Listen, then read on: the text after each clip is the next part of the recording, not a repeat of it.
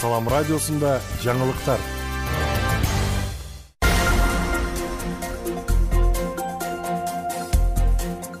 Арваңыз ардактуу угарман жана көрүүчү, эфирде жаңылыктар түрмөгү. Аны менен мен Нурпей Илашор кызы тааныштырам.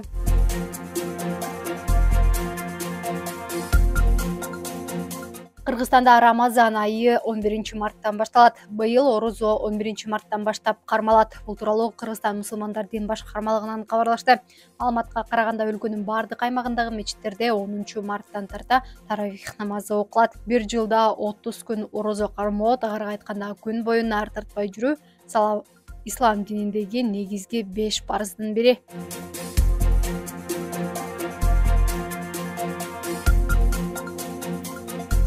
Президент Садыр Жапаров бүгүн кыргызстандыктарды 5 мартта ак калпак жана улуттук кийимдер күнү менен куттуктады. Мамлекет башчы куттуктоосунда жазда жаан, жайда ысык, күздө жел, кышта суук өткөзбөгөн ак калпак чынында эле мыкты табылга, ата бабадан калган тарыхый мурас, ошону менен бирге кийинки муундар үчүн дагы мааниси зор таберик экенин белгилеп, ак калпак баштаган улуттук кийимдерде көркөмдүк, эстетикалык жана практикалык жагы эле каралбастан бүтүндөй жашоо философиясы камтылганын кошумчалаган.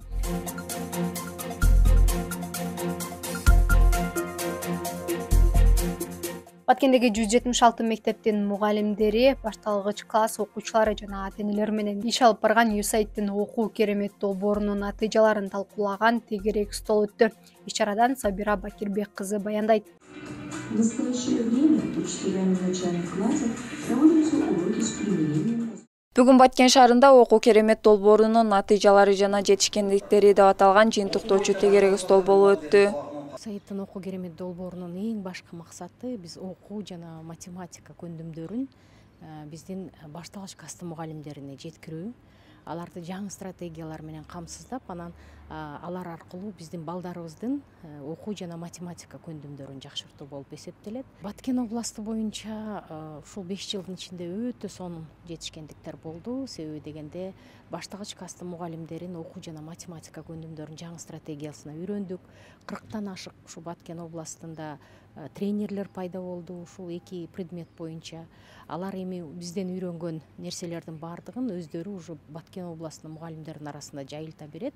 Тегерек столдун жүрүшүндө катышуучулар долбоордун алкагында өз ишиндеги жетишкен натыйжалары менен бөлүшүштү. Ошондой эле башталгыч билим берүү системасында долбоордун натыйжаларын туруктуулугун бекемдөө боюнча мындан аркы кадамдарды талкуулашты.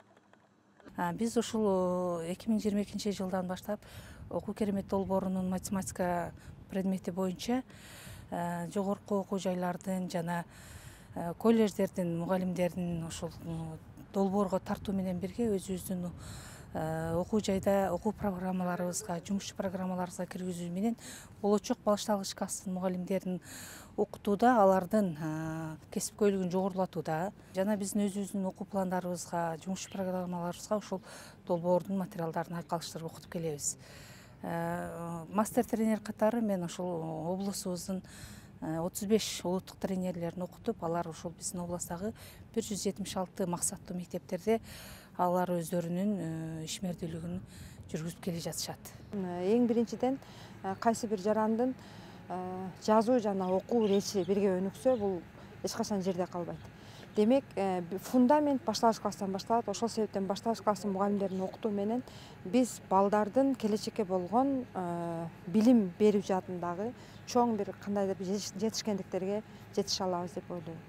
Белгилей кетсек, USAID-тин окуу керемет долбоору 5 жылдан бери Кыргызстандын 1679 мектебинде өз ишмердүүлүгүн жүргүзүп келүүдө. Анын ичинен Баткен облусунан 176 мектептин мугалимдери, башталгыч класс окуучулары жана ата-энелер менен иш алып барып келет. Сабира Бакирбек кызы, Сезимай Жураева, Салам Медиа, Баткен. Бүгүн Баткенде кургагучуктун алдын алууга арналган акция өттү. Иш-чарадан кененирээк кабарчыбыз Сезимай Жураева кеп калат. Кургагучук оору бул уят оору эмес. Же болбосо кургагучукка чалдыккан адамдар буларды басмырлоп, бандай жемелөөгө болбойт. Бүгүн Баткен шаарында кургагучукка каршы күрөшүүнүн 1 айлыгынын алкагында акция өттү. Бул акциянын максаты кургагучук боюнча элге маалыматты жайылтуу менен оорунун алдын алуу дейт уюштуруучулар.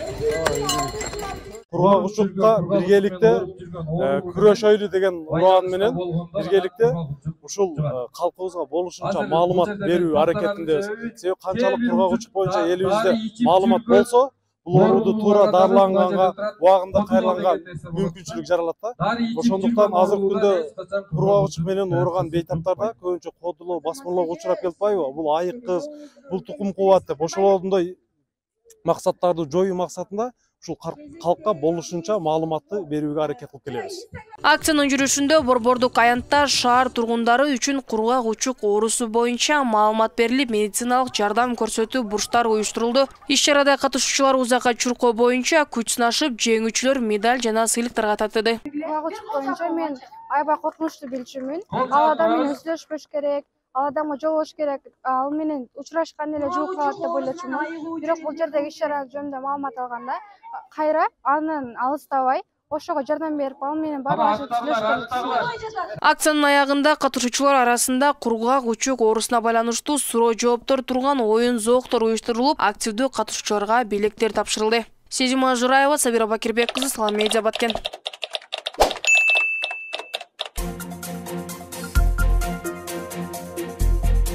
Күндүн маанилүү делген жаңылыктары мына ушулар болду. Кайрадан эфир аркылуу амандашканча саламыңыз түз болсун.